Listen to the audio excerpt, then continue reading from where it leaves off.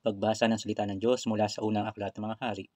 Tinipon ni Solomon sa kanyang harap sa Jerusalem ang mga matatanda ng Israel at lahat ng pinuno ng mga tribo at ang mga ama ng mga angkan ng mga Israelita para iahon ang kaban ng tipan ni Yahweh mula sa Sion na lungsod ni David. Nagtipon ang lahat ng Israelita kay Haring Solomon sa panahon ng pista sa buwan ng Etanim ay kapitong buwan. Dumating ang lahat ng matatanda ng Israel. Binuhat naman ng mga pari ang kaban at dinala itong kasama ng toldang tagpuan at lahat ng sagradong kagamitang narito. Dinala ng mga pari at mga dibita ang mga iyon at si Haring Solomon at ang buong pamayanan ng Israel na nagtipon sa kanya sa harap ng kaban ay nag-alay ng mga tupa at baka na hindi mabilang sa dami. Inilapag ng mga pari ang kaban ng tipan ni Yahweh sa lugar nito sa sanktuaryo ng bahay, sa kabanal-banalang lugar, sa ilalim ng mga pakpak ng mga kerubin.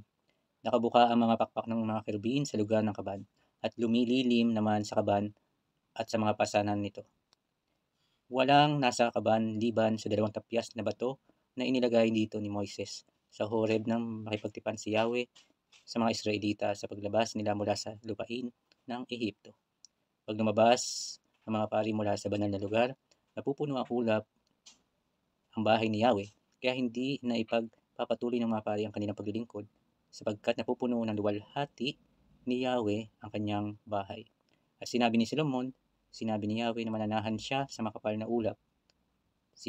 Itinayo ko ngayon para sa iyo ang bahay na tahanan mo, isang lugar na pananahanan mo magpakailanman.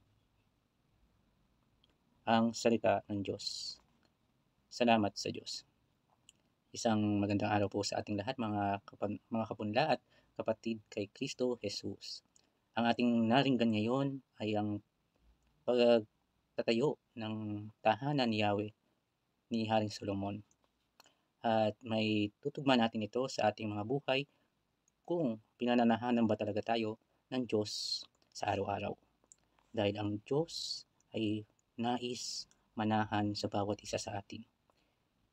Nasa sa atin na kung patutuloyin natin ang Diyos sa ating mga buhay, sa ating mga puso, sa ating mga isip. At tayo ay pananahanan ng Diyos kung tayo ay karapat-dapat. At hindi man tayo karapat-dapat, ginagawa niya tayong karapat-dapat upang siya'y manahan sa atin. Tulad ng pagtatayo ng templo ni Haring Solomon. Hindi man karapat-dapat ang bawat isa sa mga Israelita na lumapit kay Yahweh dahil sila ay nagkasala, makasalanan, araw-araw silang nagkakamali. Ngunit sila din ay ginagawang karapat-dapat ng Diyos upang panahanan niya. Ginagawa ng Diyos ito dahil sa pag-ibig niya sa kanyang mga nilikha. Kaya tayo bilang mga alagad, mga disipulo, mga kapatid ni Kristo, Jesus, tayo ay tinatawagan na maging karapat-dapat, maging handa na mapanahanan ng Diyos sa bawat oras, bawat araw ng ating buhay. Kaya para naman tayo ay makabahagi sa pananahan ng Diyos, hindi lamang sa langit, kundi sa ating mga buhay, sa araw-araw nating pakikibaka sa mundong ibabaw. Amen.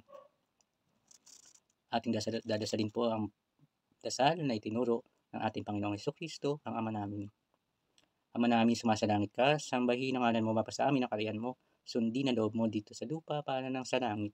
Bigyan mo kami ng aming kakanin sa araw-araw, patawarin mo kami sa aming mga sala, para nang papatawad namin sa nagkakasala sa amin, at huwag mo kami ipahintulot sa tukso, at iadya mo kami sa lahat masama. Amen. At pagpalain tayo ng makapangyarihan Diyos, Ama, Anak, ng Espiritu Santo. Amen. Isang mapagpalang araw po sa ating lahat, at Santa Agata, panalangin mo kami. Amen.